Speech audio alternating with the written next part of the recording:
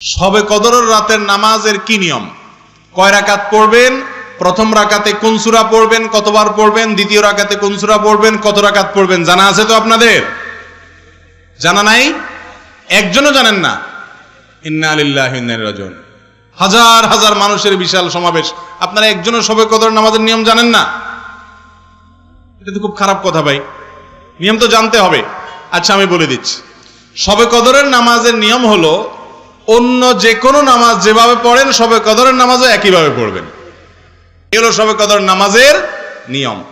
এমন কোনো কথা নাই যে শবে কদরের নামাজে প্রথম রাকাতে সূরা ফাতিহার পর অমুক সূরা এতবার পড়তে হবে, দ্বিতীয় রাকাতে ততবার পড়তে হবে, এরকম কোনো কথা কোরআন হাদিসে।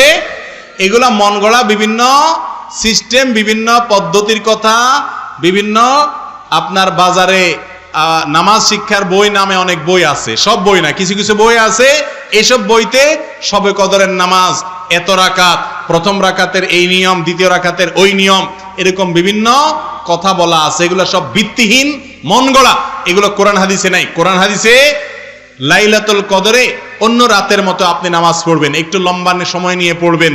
যে কোনো রাতের নামাজ, তাহাজ্জুদের নামাজ লম্বা সময় নিয়ে পড়তে হয়, দীর্ঘ রাকাত, দীর্ঘ রুকু, দীর্ঘ সিজদা, আস্তে আস্তে তেলাওয়াত, আস্তে আস্তে তাসবিহ এবং সময় নিয়ে পড়বেন। দুই রাকাত করে পড়বেন, যে কোনো সূরা দিয়ে পড়তে পারেন, একবার পড়বেন না দুইবার পড়বেন, সূরা ফাতিহার পরে সূরা, এটা আপনার ব্যাপার, কোনো সূরা নির্ধারিত না।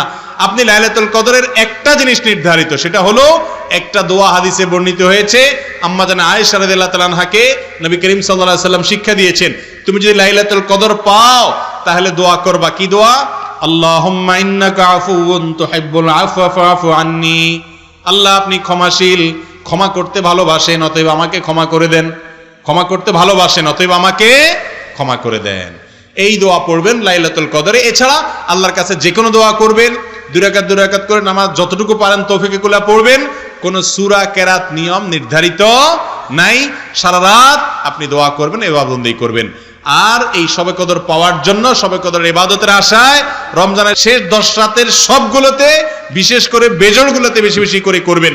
শুধু 27 তারিখকেই করবেন, অন্যগুলোতে ঘুমাবেন। এটা সুন্নাহ সম্মত লাইলাতুল কদরের তালাশ নয়। আমাদের আয়েশা রাদিয়াল্লাহু তাআলা বলেছেন, কানান নবী সাল্লাল্লাহু আলাইহি ওয়াসাল্লাম ইযা দাখালাল আশর, রমজানের শেষ 10 দিন যখন শুরু হতো, 20 রমজান যখন পার হয়ে যেত, 21 রমজান যখন শুরু হয়ে যেত, তখন থেকে তিনি কয়েকটা কাজ করতেন। তার প্রথমটি হলো কানা ইযা দাখালাল আশর আহইয়া লাইলা, রাতে আর ঘুমোতেন না। শেষ দশকের রাতে আর ঘুমোতেন না, সারা রাত জেগে ইবাদত করতেন। ওয়া আইকাযা আহলাহ, আর এই দশকে তার পরিবারের লোকদেরকে ঘুম থেকে ডেকে তুলতেন, কাউকে ঘুমোতে দিতেন না। কারণ এটা ঘুমানোর সময় নয়, ঘুম সারা বছর যাওয়া যাবে।